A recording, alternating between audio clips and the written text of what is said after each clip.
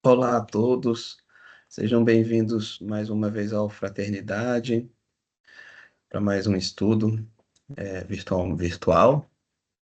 O tema de hoje é Segundo Agimos, é a lição 156 do Palavras de Vida Eterna, que é fruto dessa dobradinha de sucesso do Francisco Cândido Xavier e o Emmanuel. Mas antes da gente começar, vamos fazer só uma prece para a gente conseguir nos harmonizarmos melhor com os nossos mentores, com os dirigentes da casa também. Então, Mestre Jesus, obrigado por mais uma oportunidade de estudo, no qual a gente observa os exemplos de outros irmãos mais felizes, que conseguiram vencer essas encarnações, que a gente possa, pouco a pouco, internalizar essas lições, essas reflexões, para que possamos utilizá-las com todos que nos cercam e com a gente mesmo. Proteja todos aqueles por quem nutrimos carinho, e também por aqueles que às vezes são nossos inimigos e que a gente até desconhece pelo véu do esquecimento da encarnação, mas que recebam nossos melhores sentimentos de toda maneira. Obrigado por tudo e que assim seja.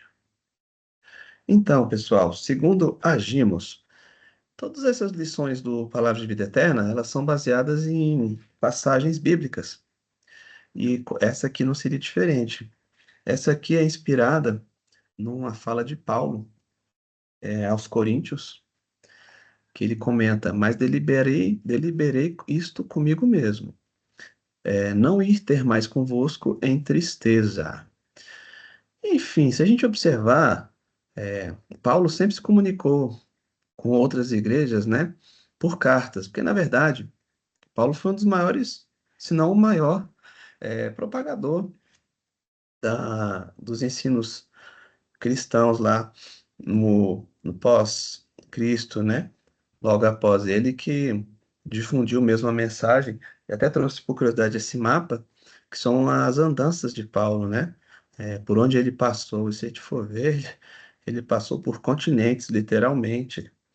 Então, onde ele passava, né, ia se fundando algumas comunidades que depois levariam à frente o cristianismo, algumas igrejas, e ele não tinha como estar em todas ao mesmo tempo. Então, naturalmente, ele se comunicava por cartas. Então, em algumas ele puxava a orelha, em outras ele dava ânimo.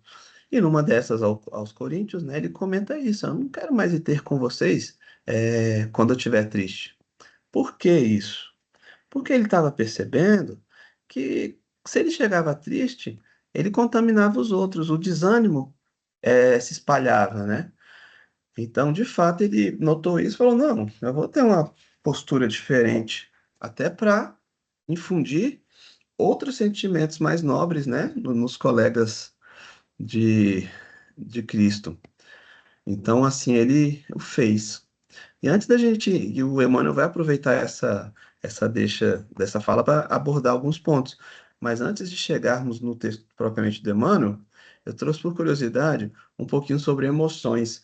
Me chamou a atenção, não sabia, o Charles Darwin, ele não só estudou a evolução das espécies, ele também tem um livro dedicado às emoções e expressões faciais, né, associadas a emoções. O título do livro que ele escreveu, se numa tradução mais ou menos meia boca, seria a expressão das emoções no homem e nos animais.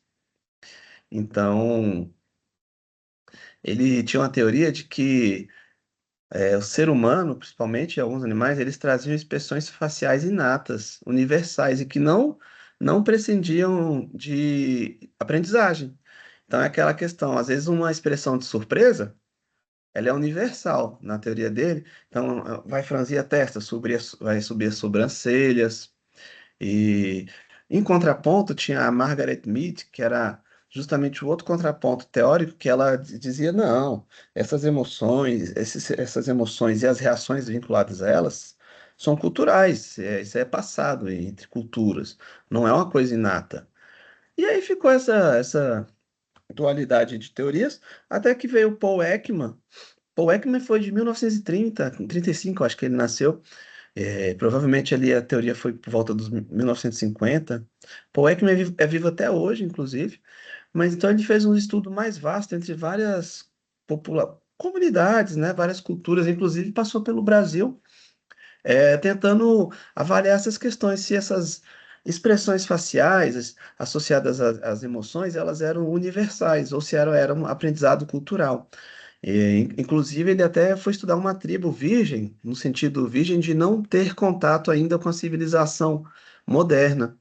Era uma tribo chamada Tribo Fore, lá, se não me engano, era numa dessas ilhas que elas não tinham contato ainda, e meio que reforçou a teoria de que não, de fato, essas expressões faciais, tudo isso é universal, é interessante, né? E outros pesquisadores depois foram engrossando o caldo e eles levantaram inicialmente 6 emoções que têm expressões universais, independente da cultura. Então, em qualquer lugar do mundo, seja aqui ou no Japão, a gente vai ter expressões faciais muito parecidas. Aí são elas a raiva, a tristeza, a alegria, nojo, medo e surpresa. Eram as 6 principais, né? E aí, curiosamente, eu até trouxe essa fotinho do filme Divertidamente. Não sei se todos já assistiram, mas vale a pena, é um filme muito interessante. Eles estão aqui como se fosse numa central de comando que fica aqui no nosso cérebro, né? Segundo o desenho.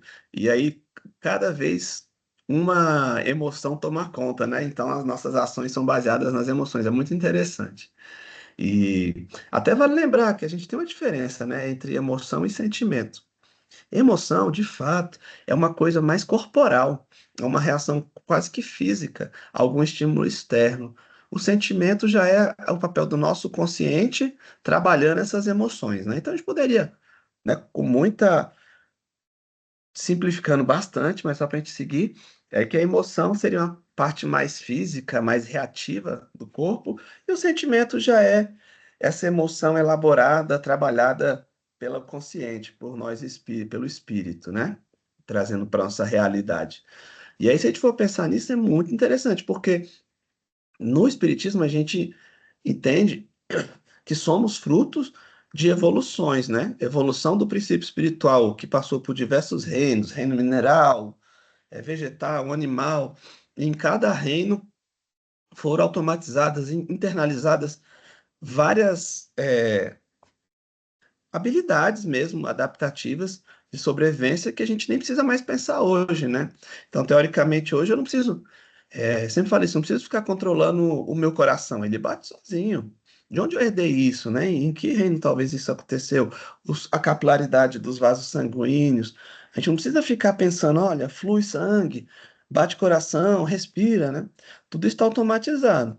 E foi pelos bilhões de anos que o princípio espiritual foi passando pelos diversos reinos e foi evoluindo até chegarmos ao espírito com E maiúsculo, que somos nós individualidades, né? Conscientes, pensantes. E nesse sentido, as emoções elas têm um papel crucial. Imagina ali, vou abrir minha geladeira de casa e tem aquele bolo de chocolate. Só que eu sinto o cheiro, já vejo, puxa, está estragado. Aí já vem minha emoção de nojo, né? Não come isso. Olha como é interessante, mas aí eu, no meu livre-arbítrio, na gula, não, hoje eu tive um dia difícil, eu vou abocanhar essa tortinha de chocolate aqui porque eu mereço. Aí vou e passo mal. Mas a emoção, no primeiro momento, ela me ajudou. Aquela emoção de nojo, ela evitaria uma ingestão de um alimento estragado, que na condição de natureza, por exemplo, poderia vir até desencarnar por isso, sem um tratamento. Então, aí a gente está nessa fase ainda no reino nominal, né? Aprendendo a lidar com as emoções e também com as nossas decisões oriundas do livre-arbítrio.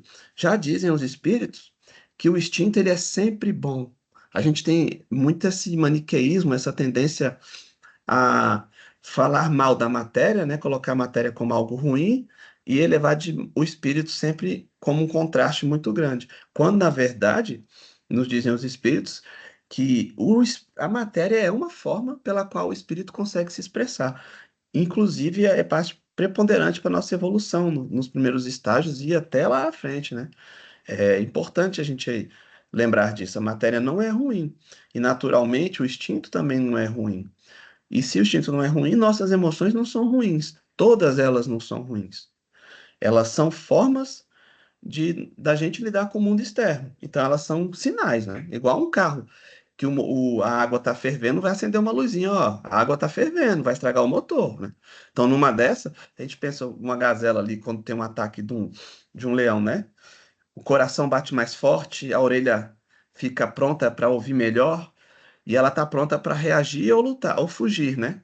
E se ela, qualquer uma dessas coisas, pensa comigo, isso aí é equivalente à raiva, né? Ela está canalizando, tá, com aquela adrenalina, está canalizando energia para alguma reação associada à sobrevivência. Agora, a gente, quando somos fechados no trânsito, por exemplo, talvez seja essa emoção que eu consiga parar o carro. Só que aí, se eu alimento ela por mais tempo, aí eu vou querer perseguir a pessoa que me fechou, vou querer xingar. Aí já é um desdobramento da emoção, né? Como a gente está lidando com ela.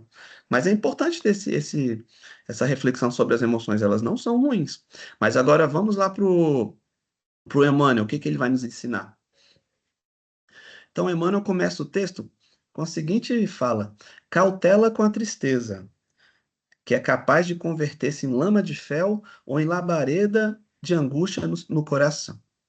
Então, olha, cautela com a tristeza. Ele não está dizendo que é proibido ter emoção tristeza. Só cautela. Não deixa ela se converter em lama de fel ou em angústia. Essa é a questão. A tristeza vai vir, é uma reação, é uma emoção. Agora, como eu vou racionalizá-la e trabalhá-la, que a gente tem que tomar um cuidado. Muitas vezes a tristeza é algo para a gente repensar ali. Ela chegou, poxa, talvez eu não esteja seguindo o caminho adequado para mim. Não, mas eu estou triste porque os outros, ou então minhas oportunidades nunca vêm e tudo mais. Talvez seja um sinal que, daquele caminho ali, eu tenho que ressignificá-lo, entender de outra forma. Mas agora eu não posso ficar preso a ela. Ela é só um termômetro indicativo. Se eu ficar preso, eu posso realmente cair na angústia que não ajuda, no fel que também não contribui para a evolução. Aí o Emmanuel continua: olha só, sentimentos, ideias, palavras e atitudes são agentes magnéticos de indução para o melhor ou o pior, conforme o rumo que se lhes traça. Essa fala dele é perfeita no sentido para a gente aproveitar aqui, porque já diz na doutrina espírita que tudo que existe a gente pode resumir numa trindade universal. Tudo que existe no universo, ou vai ser Deus, que é a causa primária, né? Ou vai ser matéria, ou vai ser espírito. Aqui no slide está até espírito com E maiúsculo, porque está tudo em caixa alta. Mas seria no livro dos espíritos, durante a codificação, a gente vai achar esse E com Ezinho minúsculo, né? É espírito representando tudo que não é matéria, de caráter espiritual, né? O que não é matéria e que não é Deus. Então, é isso. Ambos, matéria e espírito, são criadas por Deus, mas são de naturezas distintas elas. Então, eu preciso de um meio termo ali e que vai estar preenchendo todo o universo que existe, que é o fluido cósmico universal. Como Deus é bom e justo, é uma inteligência suprema, ele nunca parou de criar. Então não existe o vazio no universo, não existe o vácuo absoluto. Mesmo onde há esse vácuo absoluto, a gente tem um fluido cósmico universal preenchendo. E ele é o intermediário, ele é sutil, ele permite que o espírito influencie ele, né, que seja influenciado. E aí que entra onde entra o Emmanuel falando, ó. As ideias, sentimentos, ideias, palavras são agentes magnéticos de indução. Então, por meio do sentimento, das ideias da palavra é uma forma que nós, ainda, mesmo que ainda imperfeito, a gente consegue interagir com esse fluido cósmico universal. Quando uma mãe, né, todo mundo diz que não existe amor maior que de mãe. Quando uma mãe faz uma prece por um filho, nossa, com certeza aquela prece chega, porque ela tem tanto sentimento impregnado ali, e aí esse sentimento vai impregnar o fluido cósmico, vai manipular o fluido cósmico, mesmo que inconsciente, de forma a chegar àquele objeto da oração, que é um filho, por exemplo. Então, por isso que a oração tem um poder enorme, sempre é bom a gente lembrar disso.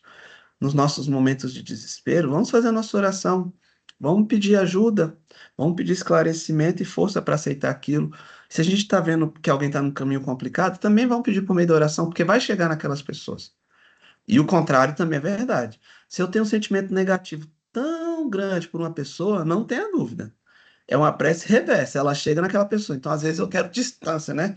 A gente tem um colega no trabalho, alguém que a gente não gosta, né? Não gosta, fica falando mal daquela pessoa, fica só reverberando isso, e mal sabe que está atrelando o laço com ela, porque você está se ligando a ela, né? E ela está recebendo também todos esses eflúvios negativos. Então, nesse sentido, o Emmanuel vem esclarecer, gente. Muito cuidado com sentimento, ideia e palavra, que é a forma que a gente tem ainda e perfeita de manipular o fluido cósmico e criar, seja as emanações mentais, né, vibrações positivas ou negativas, tudo passa por esses três veículos: sentimento, ideias e palavras. Se eu pudesse ilustrar isso aqui, a gente poderia pensar nisso, ó. Nossos pensamentos são tipo uma estação de rádio, soltando as ondas para quem quiser sintonizar com ela, né? E isso é um fato, então a gente tem que tomar muito cuidado com o que a gente pensa, tanto porque a gente vai liberar umas ondas de rádio aí, que alguém pode sintonizar conosco, que talvez não seja alguém que a gente queira, ou vice-versa, a gente pode sintonizar com a estação de rádio alheia também, né, gente? Então é algo a refletirmos e pensarmos. Aí o Emmanuel continua: a queixa inútil enfraquece o otimismo, gerando desconfiança e perturbação. Azedume corta o impulso de generosidade, aniquilando boas obras no nascedouro.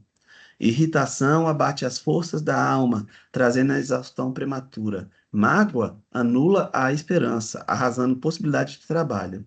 Desespero queima o solo do ideal, exterminando a sementeira do bem. Olha só, gente, tudo isso aqui a gente costuma confundir com emoção, mas são decorrências da emoção, é como a gente lida com elas, né? Então, a queixa, às vezes eu passo por uma situação em que eu fico triste e passo a me queixar, reclamar sempre. Ou seja, eu estou transformando aquela emoção num sentimento de queixa, numa atitude, né? Mais que um sentimento, numa atitude de queixa, que é inútil, porque a gente sabe que Deus está no leme, né? A gente tem um propósito de estarmos encarnados aqui. Então, nada que acontece é por acaso, mas cabe a gente, por meio do nosso livre-arbítrio, aproveitar essas oportunidades, usá-las para a nossa evolução.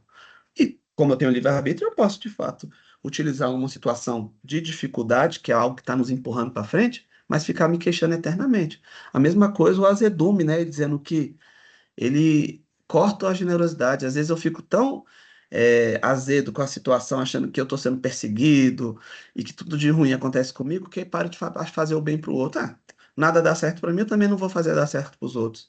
Muito complicado, mas vejo, não é emoção, é o sentimento, eu estou transformando aquela emoção num azedume, né? A irritação abate as forças da alma. Lembra aquele exemplo da gazela que eu comentei de fuga ou luta? Então, às vezes, você tem um barulho ali que você escuta, te remete a um leão, e você já levanta as orelhas, todo o sangue fica bombeando para as pernas para que ela possa fugir. Agora imagina se uma gazela passa a vida inteira dela em um estado de fuga, de reação, por exemplo, fuga ou luta.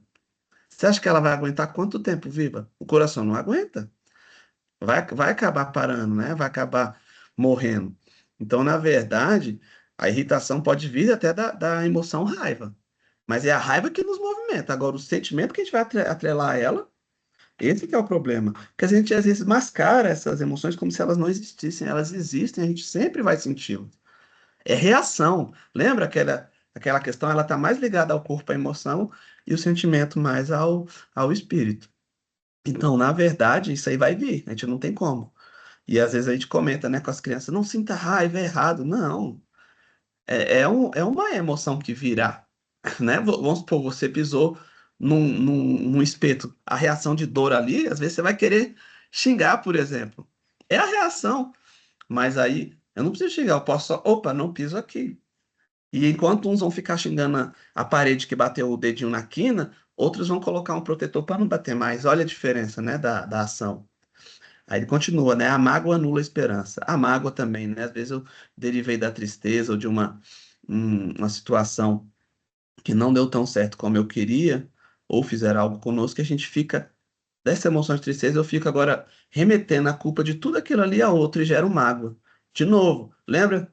Palavras, sentimentos, emoções e ações me levam para um estado psíquico X ou Y, né?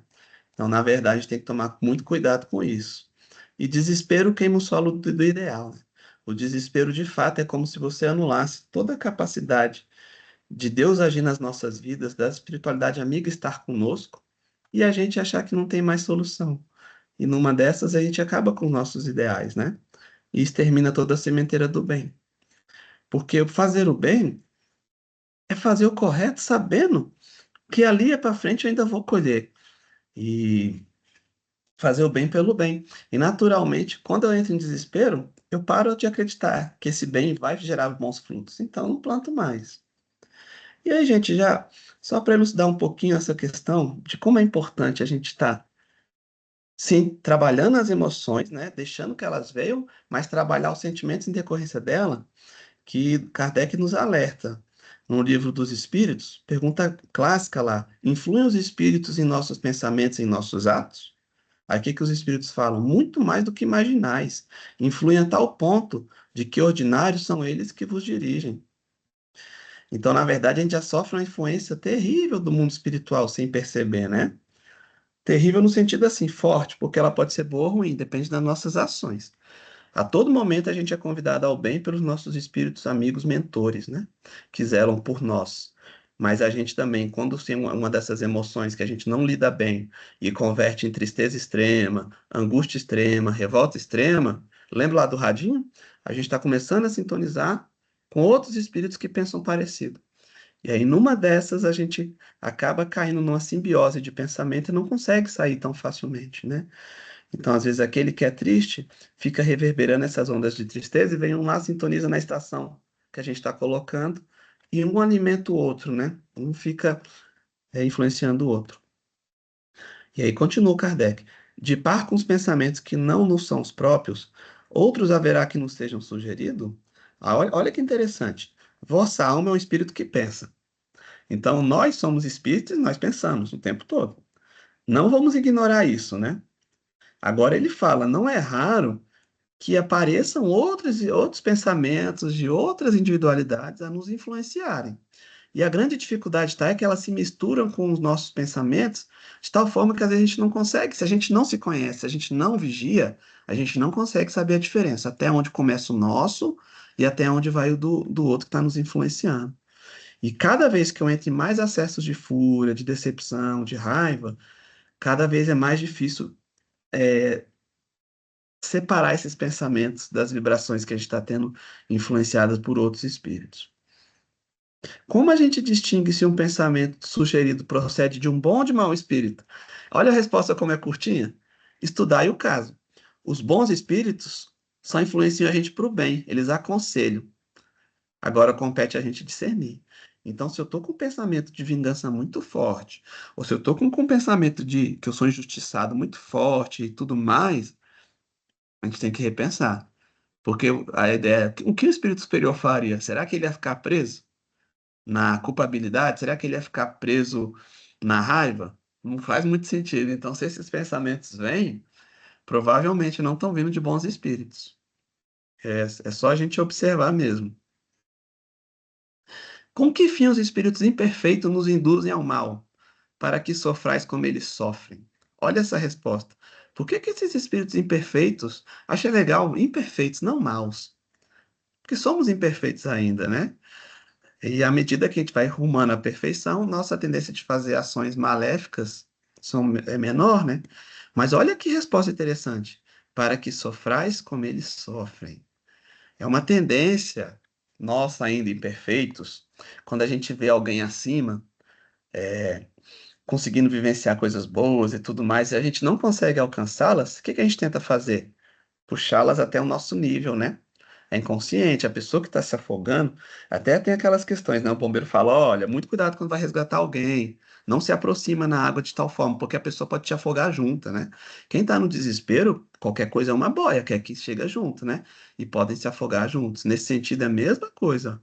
Então, com que fim eles fazem isso? Nos influenciam negativamente? É para que a gente sofra junto, para que a gente chegue no mesmo nível, ele não seja o único, né? Porque eles estão afastados de Deus. E uma vez afastado do sol que aquece, é melhor você tentar se aquecer com quem tem ali mesmo, né?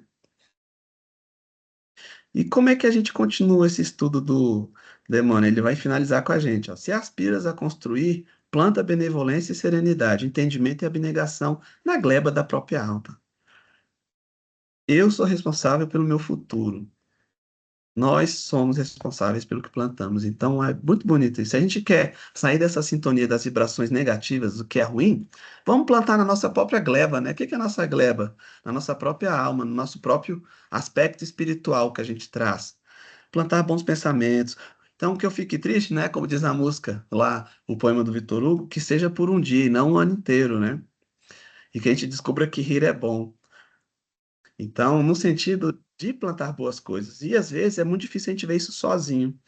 Por isso as palestras, por isso os templos religiosos, não precisa ser necessariamente aqui no Espiritismo, mas que a gente se cerque de boas pessoas que nos refletem, levam a reflexões positivas, ou trabalhos úteis, que a gente se sinta útil, para que essas emoções, quando elas vêm, elas não fiquem muito tempo, as negativas, e que as boas venham e fiquem mais tempo por a gente estar cultivando o bem. É nesse sentido. Mas lembrando, né, nenhuma emoção é ruim. O que é ruim é o sentimento que a gente impregna nelas, né? Então a gente também parar de rotular isso, porque todas elas têm seu papel. Aí, para finalizar mesmo, Emmanuel continua: todos dependendo um dos outros na desincumbência dos compromissos que nos competem. Coloquei essa imagem das duas mãos, porque a mão que puxa, ela precisa de uma reação da outra para subir também, né? Então é ação e reação. Mesmo que eu esteja sendo ajudado, eu impacto aquela pessoa que está me ajudando também. A vida, porém, através de todos aqueles que nos partilham a marcha, reage sobre nós segundo agimos. Em vista disso, para a execução da tarefa que nos cabe, quantos caminham ao nosso lado apenas colaboram conosco na pauta do nosso auxílio, dando-nos isso ou aquilo, no tanto e na espécie daquilo ou disso que vem a receber. Então, o que a gente dá é o que a gente recebe, né? A gente ecoa os bons pensamentos que a gente manda. Façamos bom uso do fluido cósmico universal, né? E deixar uma reflexão para vocês, para a gente como um todo, né? No Evangelho, segundo o Espiritismo, se vocês buscarem, vai ter um tópico lá chamado a melancolia. Resumidamente, e é aqui que a gente gostaria de deixar essa reflexão, os Espíritos falam para a gente, porque sabe aquela tristeza que você sente às vezes, aquele abatimento, ele é muito comum, sabe por quê? Porque às vezes é o Espírito que está ressentindo de estar preso aqui na carne. Às vezes a gente cansa da nossa própria imperfeição. E aí os espíritos falam, isso faz parte, é natural isso. Não é de tudo ruim, mas que isso seja um estímulo para a gente trabalhar mais a paciência e aguardar na certeza de que outros anjos, né, quando ele coloca que anjo da libertação, vai nos ajudar a romper esses liames que mantêm o espírito cativo. A gente está preso aonde? Quais são as jaulas que a gente está preso? São as jaulas do egoísmo e do orgulho, essencialmente. Mas se a gente trabalhar com paciência, a gente vai vencê-las, né? Com a ajuda desses espíritos. Mas quem vai cortar esses liames somos nós, eles só nos ajudam, né? E um caminho legal para isso é nos dedicar à nossa família, viver bem em família, cumprir as diversas obrigações que Deus nos confiou. Então, todo mundo sabe no interior da consciência para que que a gente veio aqui, o que que a gente tem que melhorar. Não é o outro que necessariamente vai nos apontar. Ele pode refletir isso, mas a gente sabe o que que a gente precisa, né? E a gente combater essas más tendências com firmeza, pedindo ajuda se necessário, né? Se a gente está abatido, vamos recorrer. O Fraternidade aqui tem um trabalho de atendimento fraterno, são todos convidados. Venham, busquem essa ajuda também quando tiver muito forte o sentimento, né? Para que a gente possa vencer juntos. A gente trabalha junto, vence junto, mas a luta é individual, né? E é isso, gente. Essas tristezas, esses desafios, eles duram pouco. Nos dizem lá nesse trecho os espíritos. O que são, às vezes, algumas encarnações para quem vai viver para sempre no mundo do espírito. Porque nós somos infinitos, né? A gente teve começo, mas não temos fim. E a bondade de Deus também não tem fim. Então, fomos feitos para sermos perfeitos e para chegarmos lá. Então, vai passar. Então, vamos agora fechar nossos olhos, agradecer essa oportunidade e pedir para que nossos desafios, nossas dificuldades sejam vencidas por meio do nosso esforço, dos nossos sacrifícios, que só a gente vai ver às vezes. Mas que nada nesta vida é por acaso. Tudo o que passamos é fruto de um roteiro seguro, montado por equipes espirituais evoluídas, que já passaram um pouco à nossa frente, que nos ajudam agora. Proteja a todos, Mestre Jesus, e que assim seja.